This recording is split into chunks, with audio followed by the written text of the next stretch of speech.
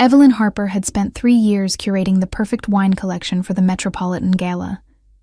Her reputation as the youngest master sommelier on the East Coast depended on tonight's success.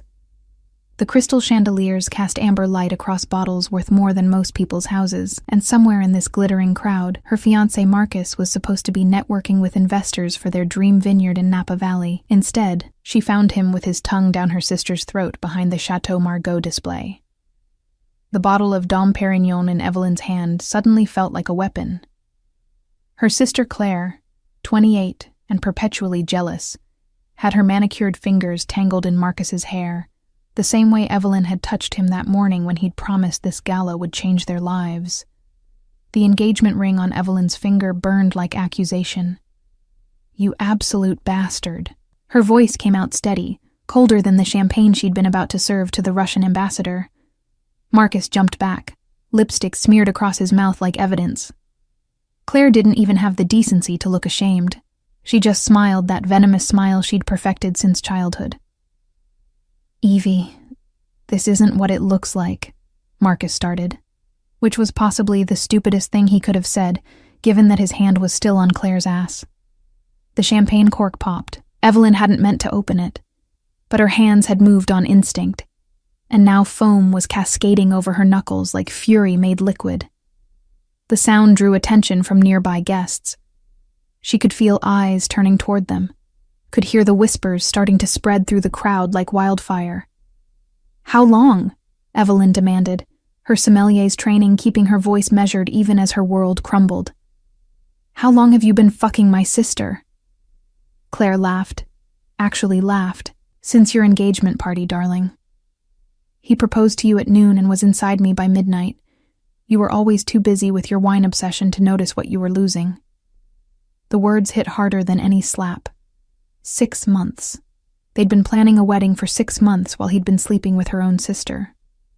The gala's music seemed obscenely cheerful, a jazz quartet playing something romantic while Evelyn's life imploded between the vintage Bordeaux and the rare Burgundy. Marcus reached for her, and she stepped back so fast she collided with someone solid. Strong hands caught her shoulders, steadying her, and she caught the scent of something expensive, cedar and leather and old money. The kind of cologne you couldn't buy in stores. "Careful," a voice rumbled above her head, dark and smooth like aged whiskey. "That champagne is worth more than most people's cars. Would be a shame to waste it on trash." Evelyn turned and found herself staring at a chest in a perfectly tailored Tom Ford suit.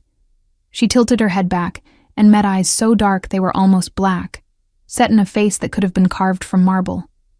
Severe cheekbones, a jaw that could cut glass, and a scar that traced from his left eyebrow into his hairline. He looked like he'd walked out of a Renaissance painting and into an Armani campaign. The man was looking at Marcus and Claire with the kind of disdain usually reserved for something stuck to your shoe. Around them, the crowd had gone strangely quiet. People were backing away, giving them space like this stranger was radioactive. "Who the hell are you?" Marcus demanded, trying to reclaim some authority, but his voice cracked on the last word. "Someone who appreciates fine wine more than you appreciate fine women, apparently." The stranger's hand was still on Evelyn's shoulder, warm through the silk of her dress. "This establishment belongs to people I do business with. I don't tolerate mediocre men making scenes at quality events." There was something in the way he said business that made Marcus go pale. Around them, Evelyn noticed men in dark suits positioning themselves at exits, not obviously, but deliberate. The kind of security that didn't carry visible weapons because they didn't need to. "Ezra Castellano," someone whispered nearby, and the name rippled through the crowd like a curse. Evelyn knew that name. Everyone in her world knew that name. He was the man who controlled the underground market for rare wines, stolen art, and artifacts that museums would kill for. The FBI had been trying to build a case against him for a decade, and she'd just backed into him like a clumsy teenager. The champagne was making everything fuzzy, or maybe it was shock. But suddenly Evelyn had the worst, most brilliant idea of her entire life. She turned in Ezra's grip, looking up at this dangerous stranger with his scarred face and his predator's eyes. "I need a favor," she heard herself say, her words slightly slurred. She'd been stress drinking all evening, sampling her own inventory like a fool. "Can you kiss me? I want to make him jealous." The entire room seemed to hold its breath. Ezra Castellanos' eyebrows rose fractionally, the only sign of surprise on his otherwise impassive face. Up close, she could see flecks of amber in those dark eyes, could see the way his jaw tightened as he studied her face. "You're drunk," he observed, not unkindly. "I'm devastated," Evelyn corrected, swaying slightly. "But also drunk, yes. 3 glasses of Krug and half a bottle of Petrus because the Italian ambassador canceled. Please. I just caught my fiancé with my sister and I refuse to be the pathetic one at my own event."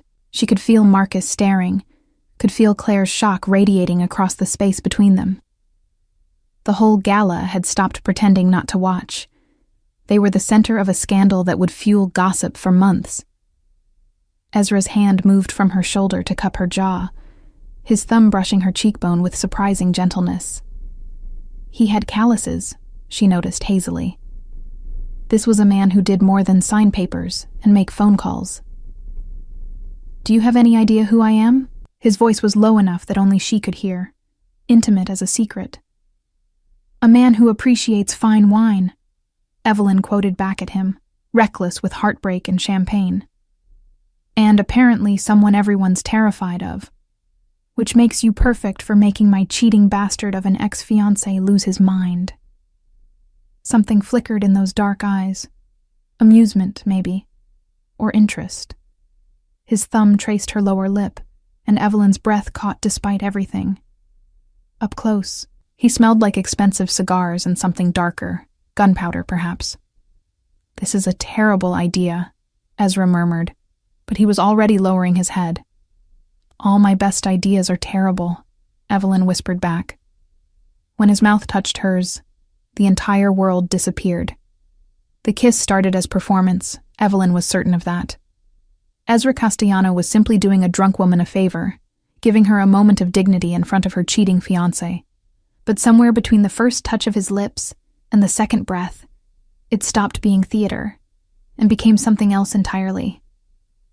His mouth was warm and tasted like the Chateau d'Yquem she'd served earlier, honey and complexity, and something darker underneath. His hand slid into her hair, tilting her head to deepen the kiss, and Evelyn forgot that they had an audience. Forgot that she'd only asked for a simple kiss, forgot everything except the way his other hand had moved to her waist, pulling her closer against that expensive suit. She made a sound, something embarrassingly desperate, and felt him smile against her mouth. Then he bit her lower lip, gentle but possessive, and Evelyn's knees actually buckled. He caught her, of course, shifting his weight to support her, as if women fainted into his arms every day. When he finally pulled back, Evelyn's lipstick was ruined, and her carefully pinned hair had come loose. Ezra looked completely unaffected, except for a slight darkness in his eyes, and the faint trace of her lipstick on his mouth. He wiped it away with his thumb, never breaking eye contact. "Better?" he asked quietly, and his voice had gone rougher, like gravel wrapped in velvet. Evelyn couldn't speak. She nodded, her fingers still clutched in his lapels. Behind her, she heard Claire's outraged gasp, heard Marcus saying something that might have been her name. The jazz quartet had stopped playing entirely. "Good." Ezra's hand was still in her hair, possessive and warm. "Now smile at them like you've won." She did, turning in his arms to face Marcus and Claire with what she hoped was devastating confidence, despite the fact that she was fairly certain her legs weren't working properly. Marcus looked like he'd been struck by lightning. Claire's face had gone an ugly shade of red. "The wedding's off," Evelyn announced, her voice carrying across the silent gala. "Obviously. Claire, you can have him. He's clearly more your speed." She twisted the engagement ring off her finger and threw it at Marcus's chest. It bounced off his lapel and skittered across the marble floor. "I'm upgrading." The crowd erupted in whispers. Evelyn felt Ezra's chest shake with silent laughter against her back. Evie, you don't know what you're doing, Marcus started, but one look from Ezra shut him up instantly. I think Ms. Harper knows exactly what she's doing, Ezra said, and there was steel under the silk of his voice. And I think you should leave, both of you, before I have you removed less politely. The men in dark suits materialized closer, and suddenly it wasn't a suggestion anymore. Marcus grabbed Claire's arm, and they retreated through the crowd, which parted for them like they were diseased. Evelyn watched them go and felt nothing but champagne fuzzy satisfaction. That was insane, she breathed, still leaning against Ezra, because standing on her own seemed ambitious. I just threw away my engagement at my own event and kissed a criminal in front of 300 witnesses. Alleged criminal, Ezra corrected, amusement coloring his tone. The FBI hasn't proven anything. His hands were still on her waist, steadying her. And technically, you're the one who kissed me. I was simply accommodating. You bit my lip. You moaned. Evelyn's face flamed. Around them, the gala was slowly returning to life, conversations resuming in hushed, excited tones. She'd given them the scandal of the season. Tomorrow, her name would be in every society column from New York to Miami. I should probably... She gestured vaguely at the room, at her responsibilities as sommelier, at the life she'd just spectacularly imploded. I have wine to serve, Russians to schmooze, a reputation to salvage. Your reputation just became significantly more interesting, Ezra observed. He released her slowly, like he was making sure she wouldn't fall over. The sommelier who kissed Ezra Castellano and lived to tell about it. You'll be infamous by morning. Is that supposed to comfort me? It's supposed to prepare you. He straightened his tie, which she'd apparently rumpled without noticing. They'll ask questions. About me, about us, about what this means. What will you tell them? Evelyn hadn't thought that far ahead. The champagne was wearing off, replaced by the cold reality of what she'd just done. She'd kissed a man the FBI called untouchable, a dealer in stolen goods and black market luxuries. She'd done it in public, in front of everyone who mattered in her industry. The truth, she decided, lifting her chin. That you helped me when I needed it. That my fiancé is a cheating bastard who doesn't deserve the expensive wine I was going to serve at our wedding. Ezra studied her for a long moment, something calculating in his expression. You have excellent taste in wine, he said finally. The Petrus you were drinking earlier, 1995 vintage? 96, Evelyn corrected automatically. The 95 was too tight, needed more time. His smile was slow and dangerous. Have dinner with me tomorrow night. I have a bottle of Romanée Conti I've been saving for someone who would actually appreciate it. That's a $50,000 bottle of wine. I'm aware. He pulled a card from his pocket, matte black with silver embossing. A phone number, nothing else. 8 o'clock. I'll send a car. Evelyn took the card, her fingers brushing his. This is insane. You said that already. Ezra leaned in, his breath warm against her ear. But you're going to say yes anyway. Because you're curious. Because that kiss felt like the first honest thing to happen to you in 6 months. Because a man who cheats with your sister doesn't deserve you, but a man who understands the difference between a 95 and 96 Petrus might. He pulled back, and Evelyn saw the truth in his eyes. He knew she'd come. Knew she was already hooked, not on him necessarily, but on the feeling of being wanted by someone dangerous, someone who looked at her like she was rare and valuable. One dinner, she heard herself say, to thank you for tonight. Of course. His smile said he knew she was lying to herself. Just dinner. He left then, his security melting away with him, leaving Evelyn alone in the center of the gala with a black card in her hand and the taste of him still on her lips. Around her, the whispers crescendoed. She'd just agreed to have dinner with the most dangerous man on the East Coast. The Russian ambassador approached, smiling widely. "Ms. Harper, I think I need something very strong after that entertainment. What do you recommend?" Evelyn smiled back, slipping the card into her clutch. "I have a Macallan 50-year-old that seems appropriate. It's dangerous, expensive, and absolutely worth the risk." "Perfect," he laughed, not knowing she wasn't talking about whiskey at all. Evelyn woke up on her couch at noon with a headache like an ice pick through her skull and 17 missed calls from her mother. The champagne had been a mistake. The kiss had been a bigger mistake. Agreeing to dinner with Ezra Castellano might have been her worst decision yet, which was saying something considering she'd gotten engaged to a man who'd been sleeping with her sister. Her apartment looked like a crime scene. Her gala dress was puddled on the floor, her shoes kicked off in 2 different directions. The black card sat on her coffee table, accusatory and tempting. She'd looked Ezra up at 3 a.m, sleepless and spiraling, and the search results had been terrifying. Federal investigations, suspected arms dealing, a gallery in Soho that was definitely a front for something illegal. He'd been photographed at charity events with senators and supermodels, always in the background, always watching. One article called him the gentleman criminal. Another called him New York's most eligible sociopath. And she'd asked him to kiss her. Begged him, actually, in front of 300 witnesses. Her phone rang again. Her mother. Evelyn answered it with the resignation of someone facing execution. "Evelyn Marie Harper, what in God's name were you thinking?" Her mother's voice could have stripped paint. "You're on page 6, the Daily Mail. There are photos of you kissing that criminal, and your father is having heart palpitations."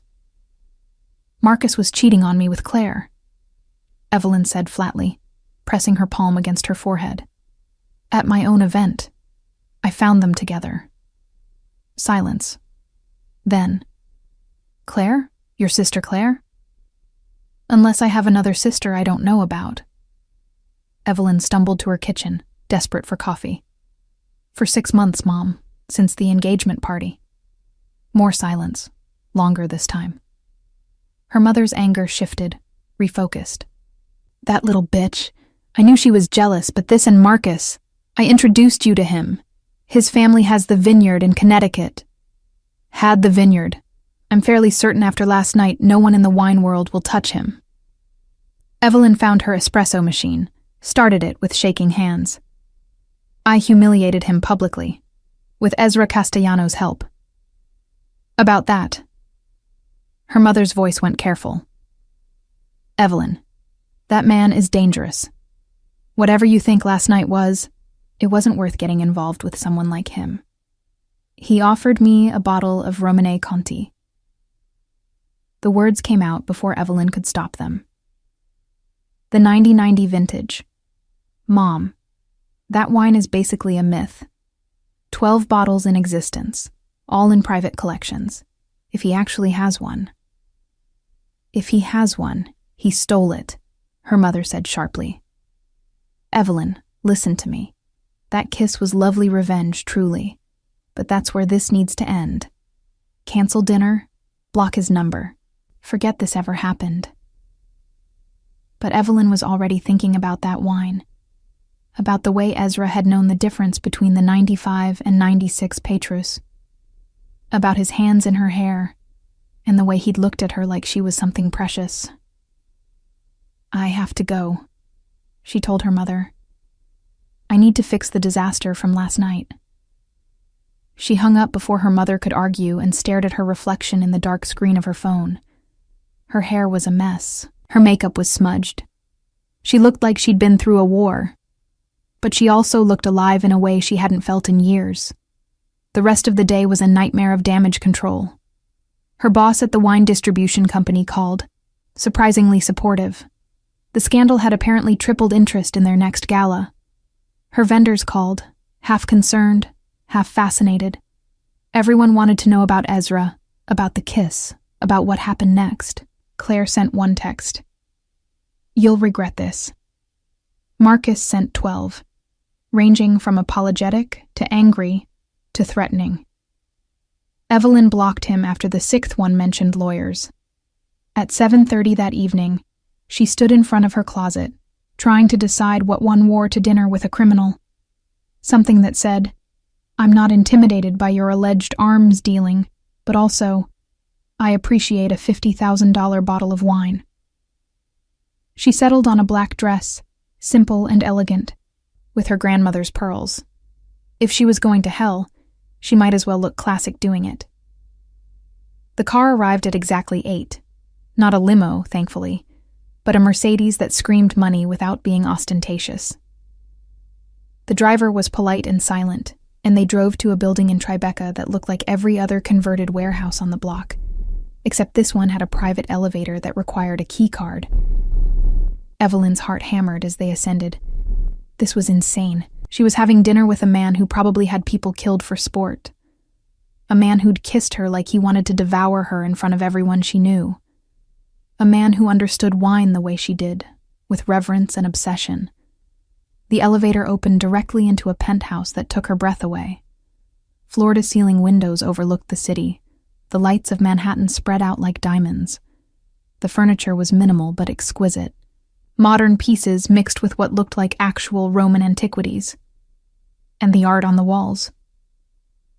"That's a Caravaggio," Evelyn breathed, staring at a painting she'd only ever seen in textbooks. "That's been missing since World War II. Allegedly," Ezra's voice came from behind her. "I prefer to think of it as relocated to someone who appreciates it." She turned and found him in dark slacks and a white shirt, sleeves rolled to his elbows. Less formal than last night, but somehow more dangerous. He had a wine glass in each hand, both empty. "You came," he said, and there was satisfaction in his voice. "You have a stolen Caravaggio on your wall," Evelyn replied. "Of course I came. I'm clearly making terrible decisions this week." He smiled. That slow, dangerous smile. "The wine is breathing in the dining room. But first I need to know, are you here because you want to be, or because you're still angry at your ex?" "Both?" Evelyn moved closer, drawn despite her better judgment. "Maybe neither. Maybe I just wanted to see if that kiss was as good as I remembered, or if it was the champagne. Only one way to find out." Ezra set down the glasses and reached for her, giving her time to pull away. She didn't. This kiss was different, slower and more deliberate. Without an audience, without the performance aspect, it felt intimate and dangerous. His hands found her waist, pulled her closer, and Evelyn let herself sink into it. Let herself forget that this was probably the worst idea she'd ever had. When they broke apart, she was breathing hard, and his eyes had gone dark. "Better than I remembered," she admitted. "Good." He picked up the wine glasses again. "Now come taste something that will ruin you for all other wines." Dinner was served in a room dominated by a window and a table that sat 12, but was set for 2. The Romanée Conti sat in a decanter, garnet red and glowing in the candlelight. Ezra poured with the care it deserved, and when Evelyn tasted it, she actually made a sound. Oh my God. The wine was silk and velvet, and everything perfect in the world. This is, I don't have words. Most people don't. Ezra watched her over his glass. That's why I wanted to share it with you, someone who understands what this is worth beyond the price tag. They talked about wine, about the illegal market, about how he'd acquired this bottle, this particular treasure. Ezra was careful with details, never admitting to anything explicitly illegal, but the implications were clear. He dealt in things that shouldn't be sold, things that belonged in museums or vaults. "Why wine?"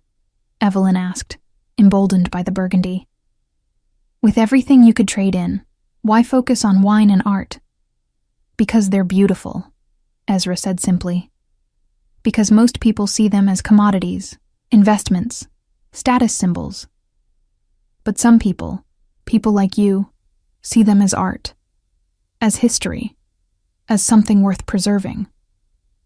Even if you stole them, I prefer to think I'm keeping them from people who don't deserve them.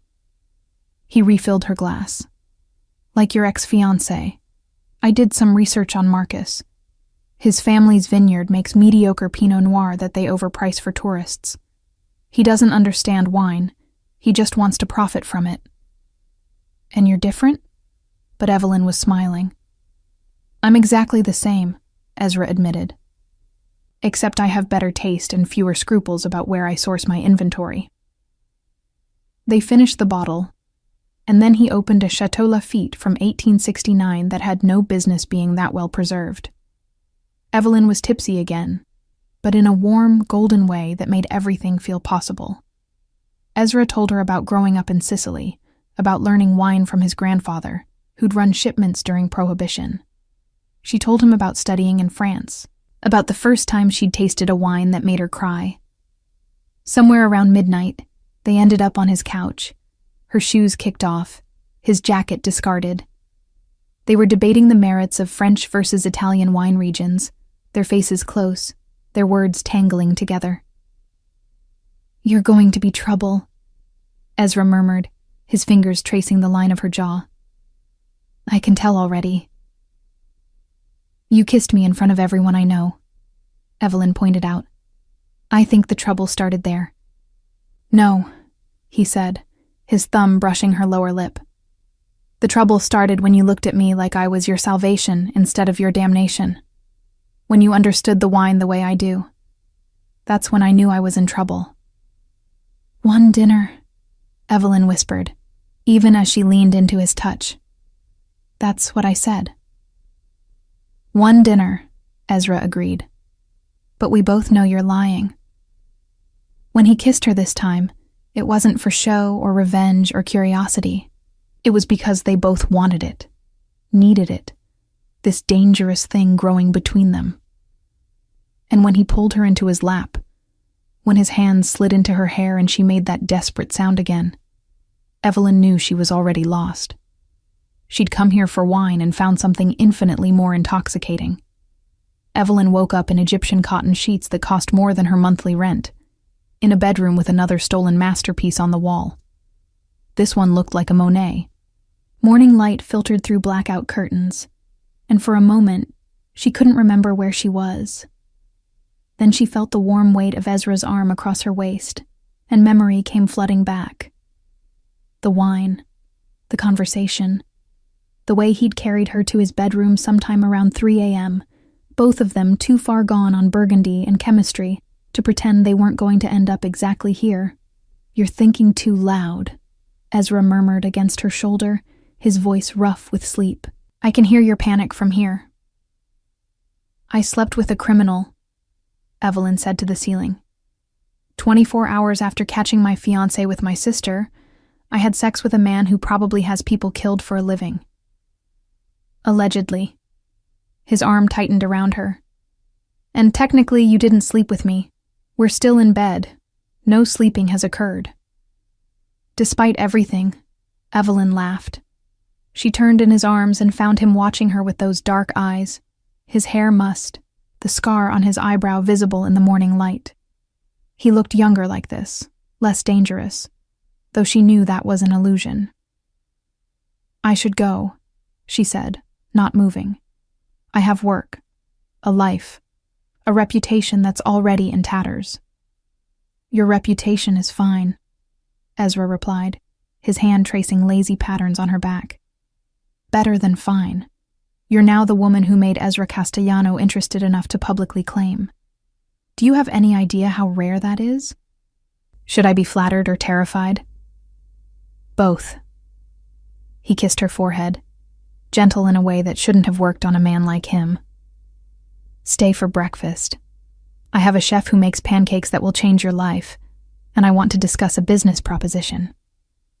Evelyn pulled back to look at him. What kind of business proposition? The kind that involves wine, revenge, and possibly ruining your ex-fiancé's life completely. Ezra's smile was wicked. Unless you're satisfied with just humiliating him publicly? She should have said yes. Should have taken her revenge and moved on like a mature adult. Instead, she heard herself ask, "How ruined are we talking?" An hour later, Evelyn sat in Ezra's dining room in one of his shirts, eating pancakes that were indeed life-changing, while he laid out his plan. Marcus's family vineyard is failing, Ezra explained, pulling up financial documents on his tablet. They're overextended, underleveraged, and hemorrhaging money. The only thing keeping them afloat is the reputation, which after last night's scandal is significantly damaged. "How do you have their financial records?" Evelyn asked, though she knew the answer. "I have people who acquire information." He slid the tablet across to her. "The vineyard is worth about $8 million on paper. In reality, it's worth half that. The land is good, but they've mismanaged it for decades. Poor grape selection, outdated equipment, mediocre winemaster." Evelyn studied the numbers, her sommelier brain automatically cataloging the problems. They could turn it around with the right investment. Better vines, modern equipment, a competent winemaker. Exactly. Ezra's smile was pure predator. "Which is why I'm going to buy it. Through a shell company, untraceable to me. I'll offer them just enough to get out from under their debt, but not enough to start over anywhere respectable." And then what? But Evelyn was starting to understand, starting to see the beautiful cruelty of it. "Then I hire you as the wine master. You rebuild it into something extraordinary. We produce wines that win international awards, that sommeliers fight over, that make Marcus's mediocre Pinot Noir look like grocery store trash." Ezra leaned forward, intent. "We take everything he was supposed to have, his family legacy, and we make it better. We make it legendary." It was vindictive and petty, and absolutely brilliant. Evelyn should have said no, should have walked away from this dangerous man and his dangerous plans. "What's in it for you?" she asked instead. "Besides watching you destroy your ex?" Ezra shrugged. "A legitimate business to launder money through, a vineyard that actually produces something worth drinking. And you, working for me, tied to me in a way that makes it very clear you've chosen me over him." "That's insane. You keep saying that word." He reached across the table, caught her hand. "But you're not saying no." Evelyn stared at their joined hands, at the contrast between her bare fingers where her engagement ring used to be and his, strong and scarred. This was everything she'd been taught to avoid. Getting involved with a criminal, mixing business with revenge, letting attraction override common sense. But Marcus had been sleeping with her sister for 6 months. Had planned to marry her while fucking Claire behind her back. And Claire had smiled about it. Had laughed while twisting the knife. "I want control of all wine-related decisions," Evelyn said. "Complete autonomy on grape selection, production methods, and distribution." Done. "And my name on the label. Not yours, not some shell company. Mine." Ezra's smile went sharp with approval. "I wouldn't have it any other way. I want everyone to know that Evelyn Harper chose to work with me, that she's mine." "I'm not yours," Evelyn protested, but her hand was still in his, and they both knew she was lying. "Not yet," he agreed, "but you will be." The next 3 weeks were a whirlwind. Ezra moved on the vineyard with the efficiency of a hostile takeover, making an offer Marcus's family couldn't refuse and couldn't trace. The sale went through before they could mount a defense, and suddenly Evelyn owned, on paper at least, the Harper family legacy. The irony wasn't lost on anyone. Marcus called 17 times before Evelyn blocked him. Claire sent increasingly unhinged texts about betrayal and family, which was rich coming from the woman who'd slept with her sister's fiancé. Their mother was torn between pride that Evelyn had secured a vineyard and horror at how she'd done it. Evelyn barely noticed. She was too busy working with Ezra's team to modernize the operation, hiring a new crew, selecting new grape varietals. Ezra had resources she couldn't have dreamed of, contacts in France and Italy and California who owed him favors. Within 2 weeks, they had rootstock from Burgundy that simply wasn't available on the legitimate market. "I don't want to know where you got this," Evelyn said, examining the vine cuttings with reverence. "Probably not," Ezra agreed. He was watching her work with the same intensity he'd watched her taste wine that first night. "You're incredible when you're focused like this. I can see why you won all those awards." They spent every night together, either at his penthouse or at the vineyard, blending business with pleasure in ways that would have horrified her 6 months ago.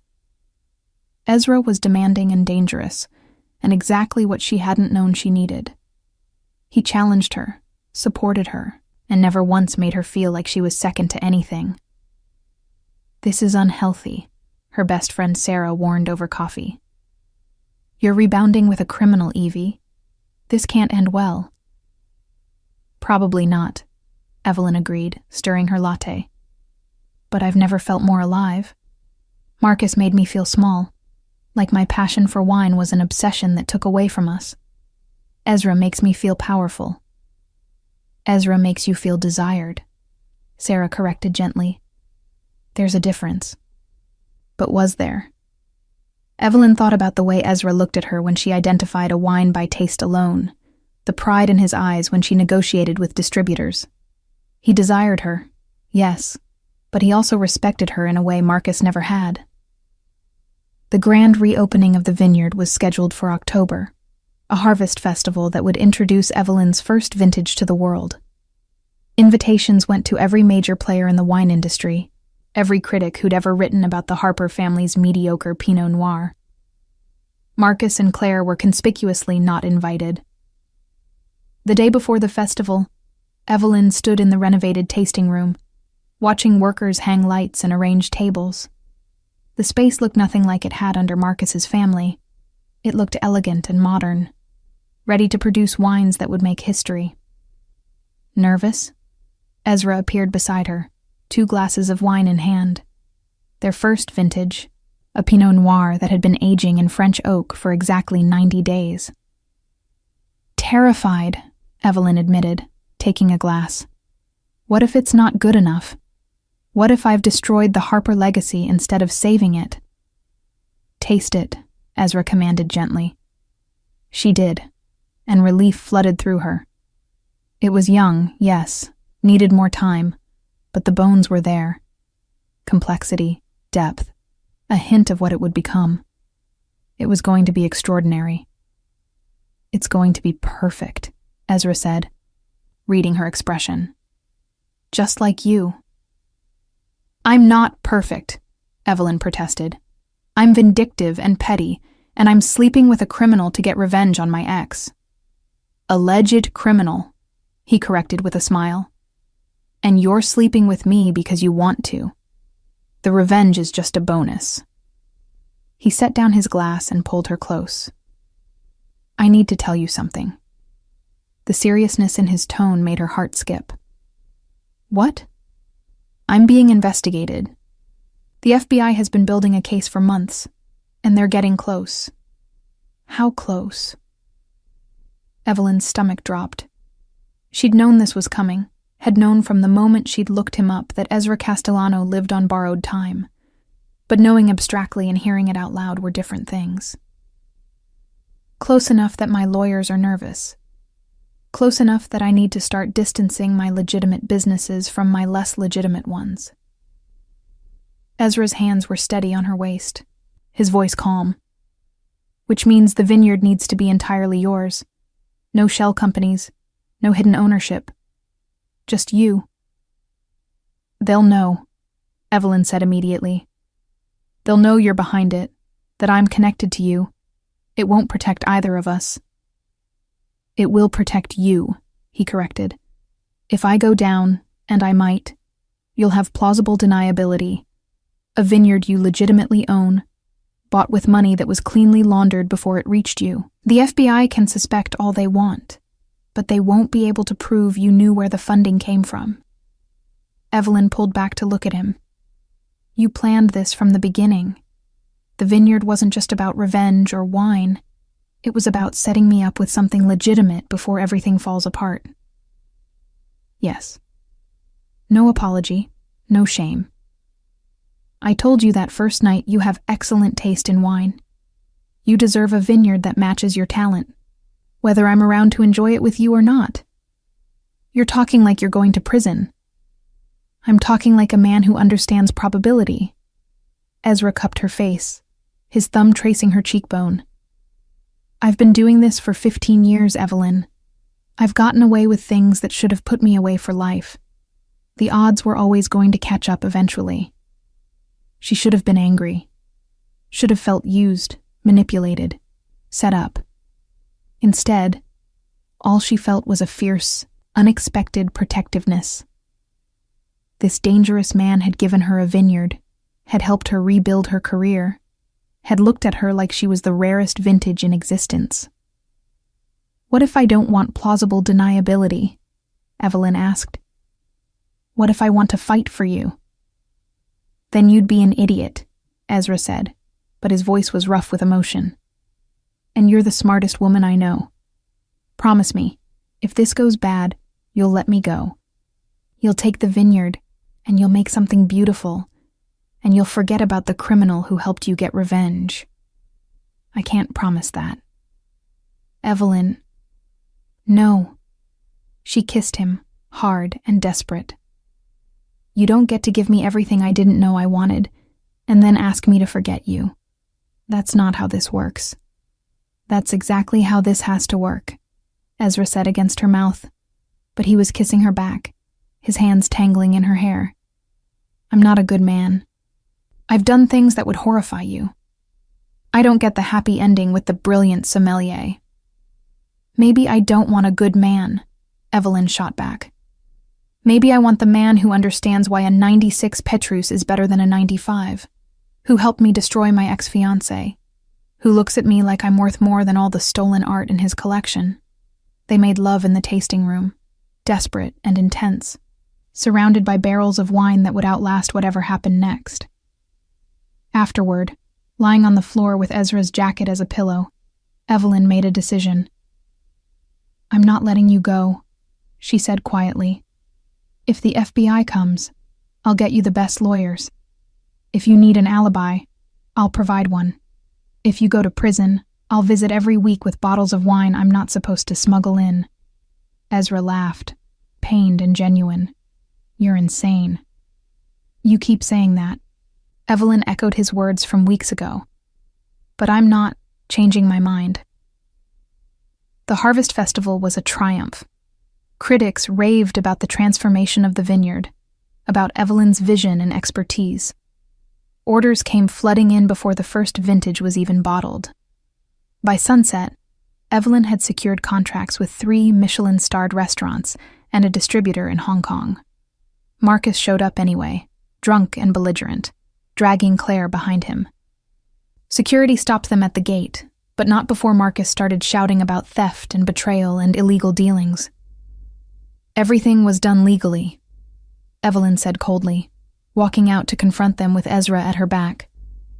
Your family sold the vineyard to a legitimate buyer. The fact that I'm running it now is simply good business. You're sleeping with him, Claire spat, glaring at Ezra. Everyone knows. You threw away your career, your reputation, your family for a criminal. I threw away a cheating fiancé and a backstabbing sister, Evelyn corrected. I gained a vineyard, a career I actually control, and a man who respects me. I'd say I came out ahead. He's using you, Marcus slurred. He's using you to launder money, to legitimize his business. You're just another asset to him. Evelyn felt Ezra tense behind her, felt his anger like a physical thing. But she didn't need him to defend her, not this time. Even if that were true, she said, I'd rather be a valued asset to Ezra than a trophy wife to you. At least he's honest about what he wants from me. She turned her back on them, on the life she'd almost had, and walked back to the festival with Ezra's hand in hers. Behind them, security escorted Marcus and Claire off the property. She didn't look back. "You handled that well," Ezra murmured as they rejoined the party. "I learned from the best," Evelyn replied, squeezing his hand. "Now come on. The wine critic from the Times wants to talk about our barrel aging process, and I need you to charm her while I discuss oak varietals. Using me for my charm? I'm wounded. You'll survive." They worked the crowd together, Evelyn discussing wine with the passion that had made her a master sommelier, Ezra providing the dark, dangerous edge that made everything more exciting. They were a team, she realized. An unlikely, probably doomed team, but a team nonetheless. As the sun set over the vineyard, painting the sky in shades of rose and gold, Evelyn stood with Ezra on the veranda, watching their guests toast with wine that bore her name on the label. "Thank you," she said quietly, "for all of this, for believing I could do it." "I never doubted you for a second," Ezra replied. "You're extraordinary, Evelyn Harper. With or without me, you were always going to be extraordinary." 2 weeks later, the FBI raided Ezra's gallery. They seized art, documents, computers, everything. The news broke on a Tuesday morning while Evelyn was meeting with distributors in Manhattan. Her phone exploded with messages, news alerts, calls from her mother. She ignored all of it and went straight to Ezra's penthouse. He was there, surprisingly calm, watching the news coverage with a glass of whiskey. "I told you to stay away," he said when she walked in. "This is exactly what we talked about. And I told you I wasn't going anywhere." Evelyn took the whiskey from his hand, drank half of it. "What do you need?" "A time machine?" Ezra's smile was bitter. "They have enough to charge me. My lawyers say they'll offer a deal, 10 years if I cooperate, testimony against my associates. Will you take it?" "No." He pulled her into his lap, buried his face in her hair. "I won't put targets on other people's backs. Even criminals have a code." Evelyn's hands shook as she held him. 10 years. Possibly more if he went to trial. A decade of her life without this dangerous, complicated man who'd somehow become essential. "Then we fight," she said fiercely. "We get the best defense team money can buy. We find every loophole, every technicality. We make them work for every single charge." "Evelyn?" "No." She pulled back to look at him. "You gave me a vineyard. You helped me rebuild my entire life. You think I'm just going to let you go quietly? You don't know me at all if you think that." Ezra kissed her, deep and desperate. "I love you," he said against her mouth. "I wasn't supposed to, but I do. You're the best thing that's ever happened to me, and I'm about to ruin your life." "You love me?" Evelyn's heart was racing. They'd never said it before, had danced around it for weeks, but hearing it now, with everything falling apart, felt both perfect and tragic. "Desperately," Ezra confirmed. "Which is why you need to walk away. Before you're photographed here, before anyone can connect you to this more than they already have." "I love you too," Evelyn said, because if he could be brave enough to say it, so could she. "And I'm not walking away. So you can either accept that I'm staying and let me help, or you can waste time arguing while the FBI builds their case." He stared at her for a long moment. This brilliant, infuriating woman who'd crashed into his life with a drunken request for a kiss and somehow become everything. Then he laughed, helpless and genuine. "You're going to be the death of me." "Probably," Evelyn agreed. "But not today. Today we call your lawyers and we start fighting back." The trial lasted 4 months and made headlines across the country. The prosecution presented a damning case: 15 years of art theft, illegal antiquities trading, and money laundering through galleries and auction houses. They had paper trails, witness testimony, photographs of Ezra with known criminals. What they didn't have was direct evidence of murder, weapons dealing, or the truly dark crimes the tabloids love to speculate about. Ezra had been careful, insulated by layers of associates and shell companies. His lawyer, a shark named Victoria Chen, who charged $1,000 an hour, tore apart the prosecution's timeline with surgical precision. Evelyn attended every day of the trial, sitting in the front row in elegant suits that said she refused to be intimidated. The press called her the Mafia sommelier, which was both inaccurate and impossible to shake. Her face was in every tabloid, her past with Marcus dragged up and dissected.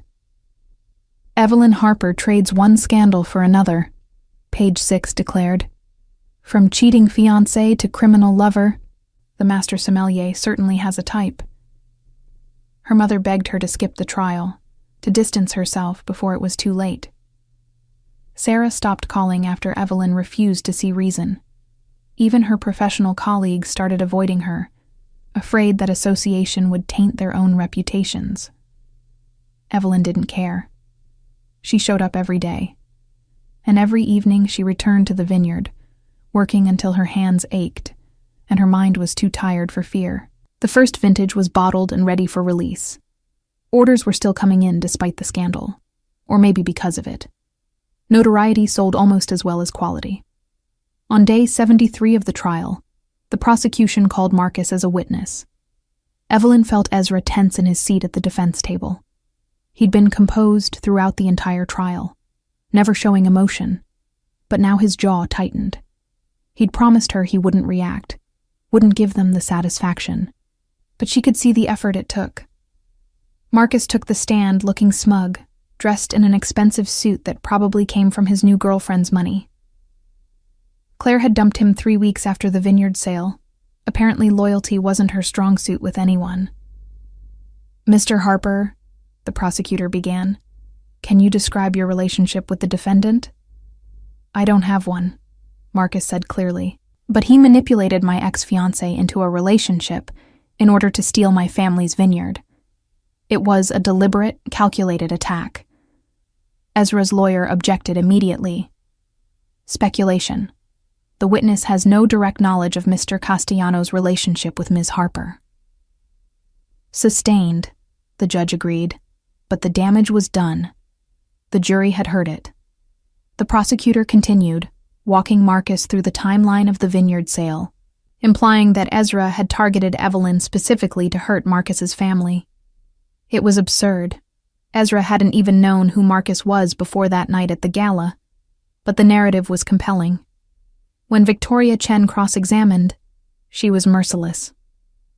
"Mr. Harper, isn't it true that you were having an affair with Ms. Harper's sister during your engagement?" Marcus flushed. "That's not relevant." "It's extremely relevant," Victoria countered. "You're claiming Mr. Castellano manipulated your ex-fiancé, but you were the one who betrayed her first, correct?" "That doesn't have anything to do with—" "Answer the question," the judge instructed. "Yes," Marcus admitted through gritted teeth. "I had a relationship with her sister." "A 6-month affair," Victoria clarified, "that you conducted behind Ms. Harper's back while planning a wedding with her. And when she discovered this affair at a public event, she ended the relationship, correct?" "Yes, but—" "And 3 weeks after that, the vineyard was sold. A vineyard that, according to financial records, was hemorrhaging money and facing bankruptcy within 6 months. Your family needed to sell, didn't they, Mr. Harper?" Marcus's lawyer had clearly not prepared him for this line of questioning. He stuttered through an explanation about temporary setbacks and bad harvests, but Victoria had the financial documents. The jury could see the truth. The vineyard had been failing long before Ezra bought it. "So to be clear," Victoria said, "Mr. Castellano didn't steal anything. He made a legitimate offer for a failing business, and Ms. Harper, a master sommelier with impeccable credentials, chose to run it. The fact that this hurts your pride doesn't make it illegal, does it?" "Objection," the prosecutor called weakly.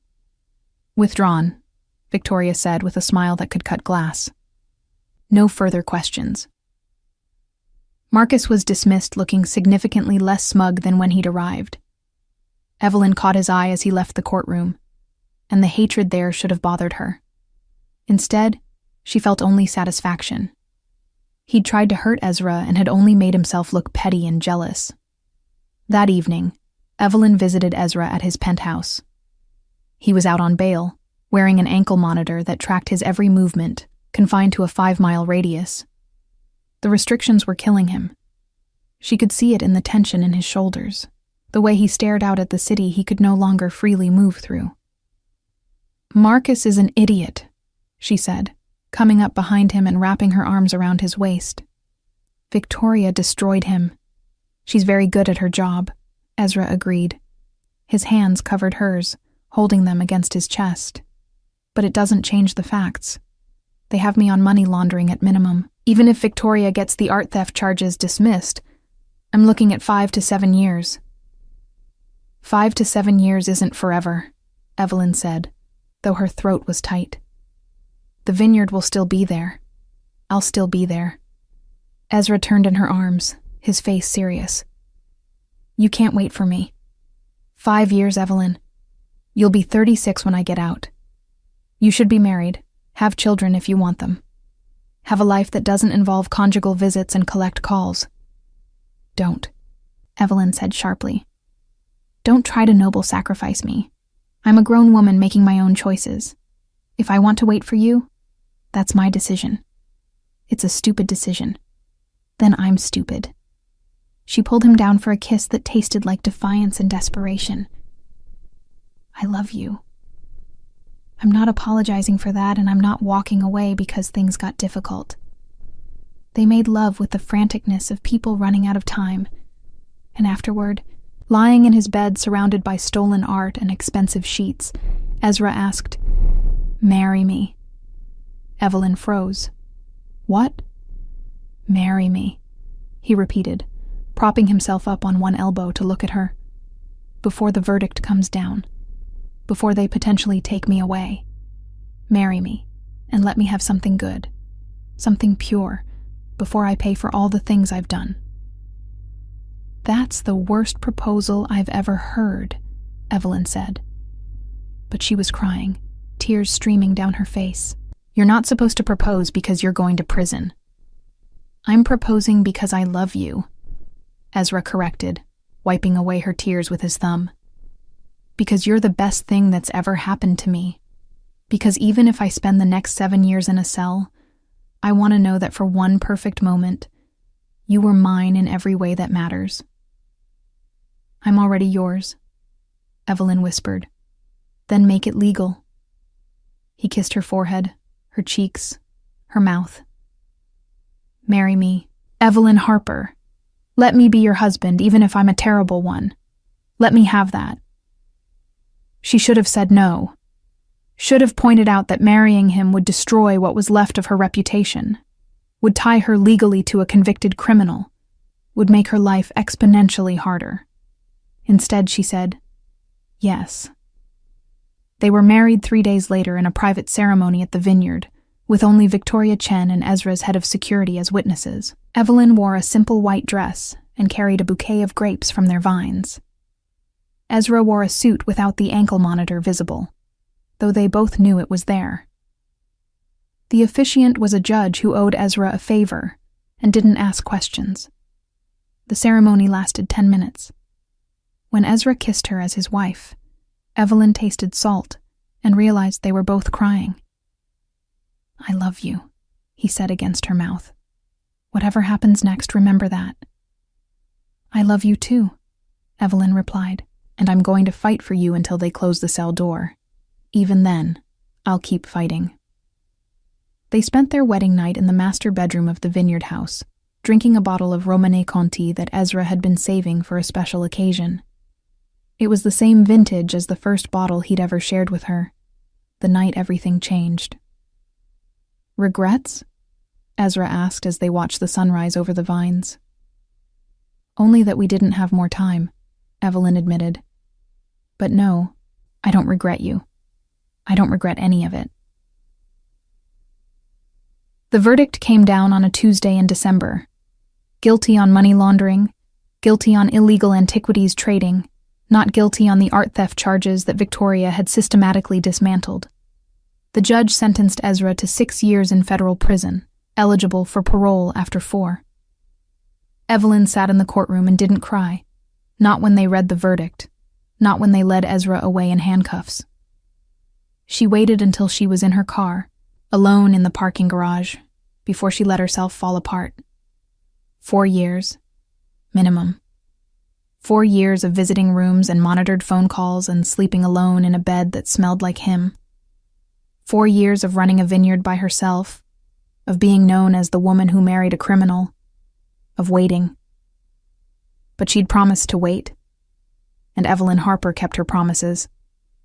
The first year was the hardest. Ezra was sent to a minimum security facility in Pennsylvania, close enough that Evelyn could visit every other weekend. They had 30 minutes each time, sitting across from each other at a plastic table, not allowed to touch except for a brief kiss hello and goodbye. Evelyn told him about the vineyard, about the awards their first vintage was winning, about the expansion plans she was developing. Ezra told her about the books he was reading, the other inmates, the monotony of prison routine. They didn't talk about how much they missed each other. That was too painful, and there was never enough time. At night, alone in the vineyard house, Evelyn worked until exhaustion made sleep possible. She threw herself into the wine, developing new blends, experimenting with techniques she'd only read about. The vineyard became her therapy, her obsession, the thing that kept her sane. The second year was slightly easier. Evelyn had a rhythm now. Visits every other weekend. Phone calls on Tuesday and Thursday evenings. Letters in between. She'd hired a full staff for the vineyard and was producing 3 different labels, all critically acclaimed. Money was no longer a concern. Between the wine sales and the legitimate investments Ezra had set up before his arrest, she was wealthy in her own right. Marcus tried to sue for ownership of the vineyard, claiming the sale had been made under duress. His case was thrown out within a month. He had no standing and no evidence. Claire sent a letter asking for money, claiming family obligation. Evelyn burned it and didn't respond. Her mother visited once, surprising Evelyn by arriving unannounced on a Saturday morning. "I don't approve," her mother said, walking through the vineyard that now bore Evelyn's name on every label. "I think you threw your life away for a criminal, but I'm proud of what you've built here. Your father would have been proud too. It wasn't forgiveness, but it was something." Evelyn took it. The third year, Ezra was transferred to a facility in New York, even closer. The visits increased to once a week. He looked older, lines around his eyes that hadn't been there before, but his smile when he saw her was the same. "2 more years," he said during one visit. "Maybe less if I get parole.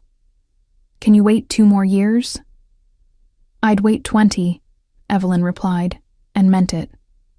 On their 3rd anniversary, Evelyn brought a bottle of their wine to the visiting room. The guards confiscated it immediately. Alcohol wasn't allowed, but they'd seen it. Ezra had seen her bring a bottle of Harper Vineyard Reserve, the wine that critics were calling transcendent, and the best American Pinot Noir in a generation. "You did it," he said, his voice rough with emotion. "You made something extraordinary." "We did it," Evelyn corrected. "This is ours." The 4th year, Ezra came up for parole. Evelyn attended the hearing with Victoria Chen, who was still technically on retainer, though Ezra had paid her enough to retire twice over. They presented evidence of Ezra's good behavior, his participation in prison education programs, letters from the warden praising his conduct. The parole board deliberated for 3 hours. When they granted parole, Evelyn's knees actually gave out. Victoria caught her, laughing and crying at the same time. They'd done it. After 4 years of waiting, of visiting rooms and monitored calls and sleeping alone, Ezra was coming home. He was released on a Wednesday in April, early morning when the spring sun was just starting to warm the vineyard. Evelyn picked him up herself, standing outside the prison gates in jeans and one of his old shirts, her hair in a messy bun. When Ezra walked out, he looked thinner, older, but his eyes found her immediately. She ran to him, not caring about dignity or composure, and he caught her, lifting her off her feet like she weighed nothing. "Hi," he said, his face buried in her hair. "Hi," Evelyn replied, crying and laughing. "Welcome home." They drove to the vineyard in silence, hands clasped, unable to speak past the emotion. When they pulled up to the house, Ezra stopped and stared. She'd expanded it, added a second floor, and a proper wine cellar. The grounds were immaculate, the vines heavy with new growth. In the distance, she could see workers tending the fields, the business of the vineyard continuing like a well-oiled machine. "You've been busy," Ezra said quietly. "I had a lot of time to fill," Evelyn replied. "Come on, I want to show you something." She led him to the wine cellar, newly built and climate-controlled to perfection. Rows of bottles lined the walls, different vintages and labels, all bearing the Harper name. But in the center of the room, in a place of honor, sat a single bottle in a custom display case. Romanée Conti, 1945. "You didn't," Ezra breathed. "I did," Evelyn confirmed.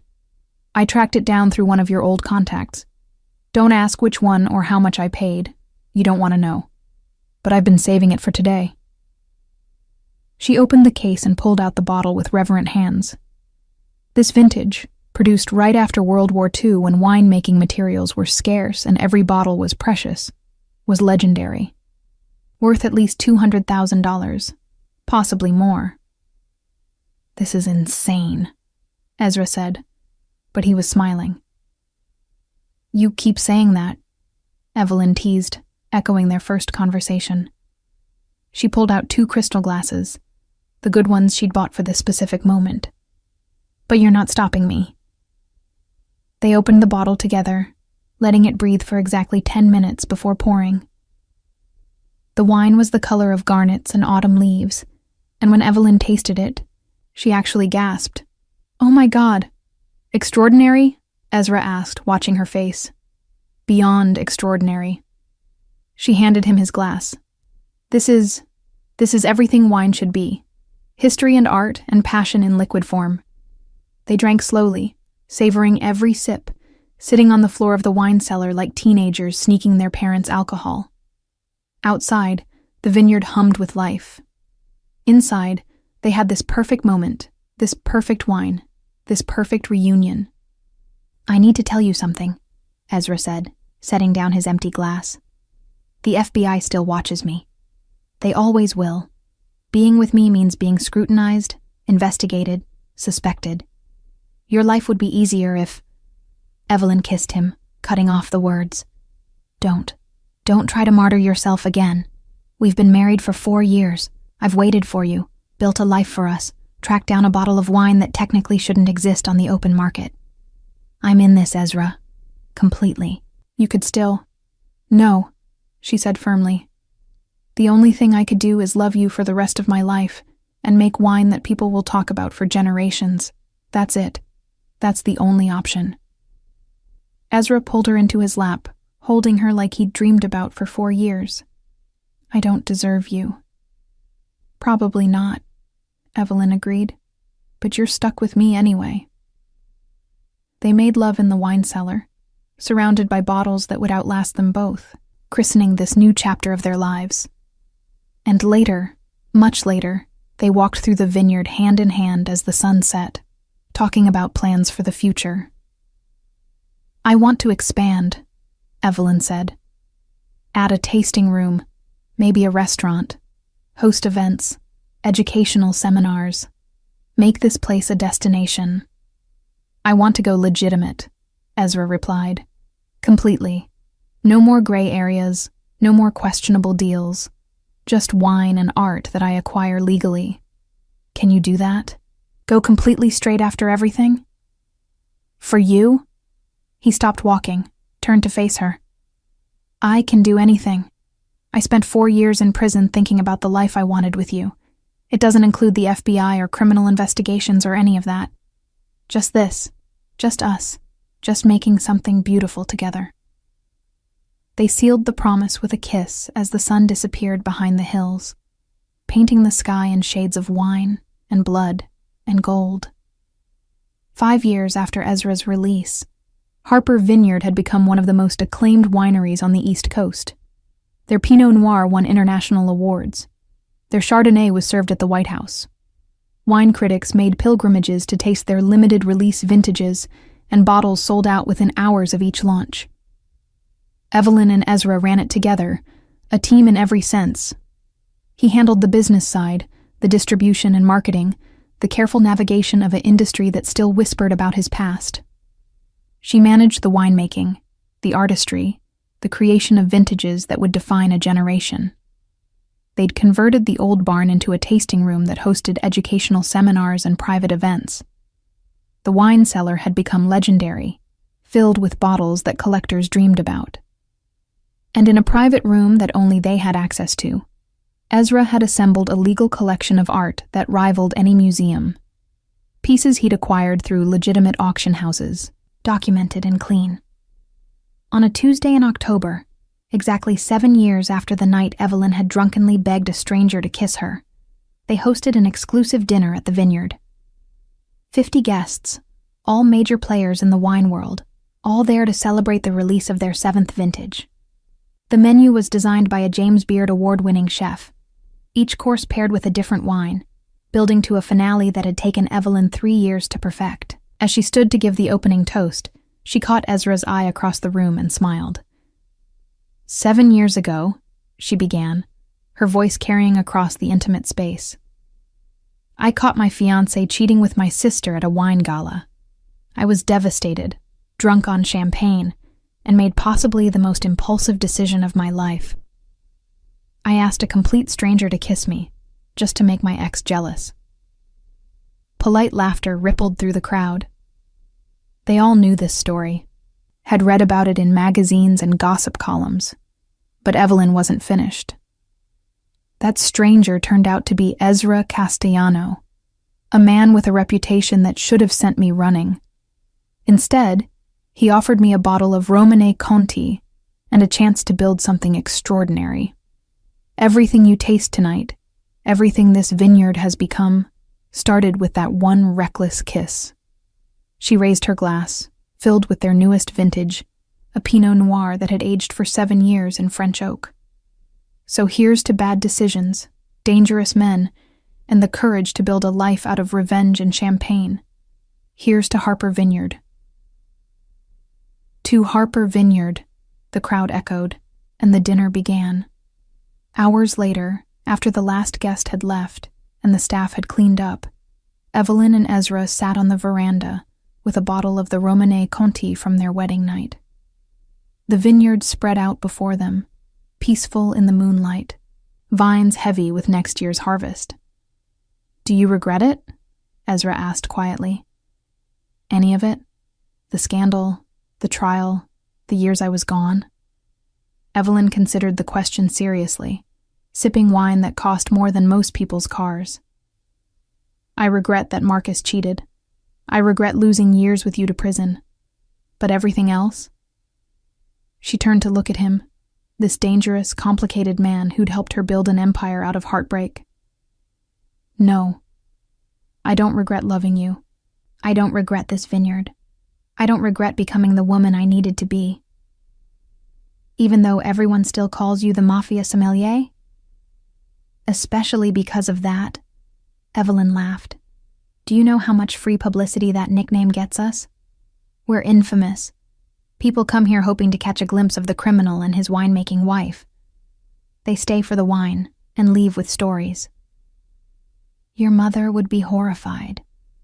My mother came to Christmas last year and got drunk on our Chardonnay. She's coping. Evelyn set down her glass and moved to sit in Ezra's lap, the way she had 1,000 times before. Besides, we're respectable now. Mostly. You haven't stolen anything in 5 years. 6 years, Ezra corrected, his arms coming around her waist. I stopped the moment I decided I wanted you more than I wanted the thrill. Best decision I ever made. They sat in comfortable silence, watching the stars come out over the vineyard. In the distance, Evelyn could see the lights of the main house, the tasting room, the cellar where bottles worth millions aged quietly in the dark. "Marcus tried to visit last month," she said eventually.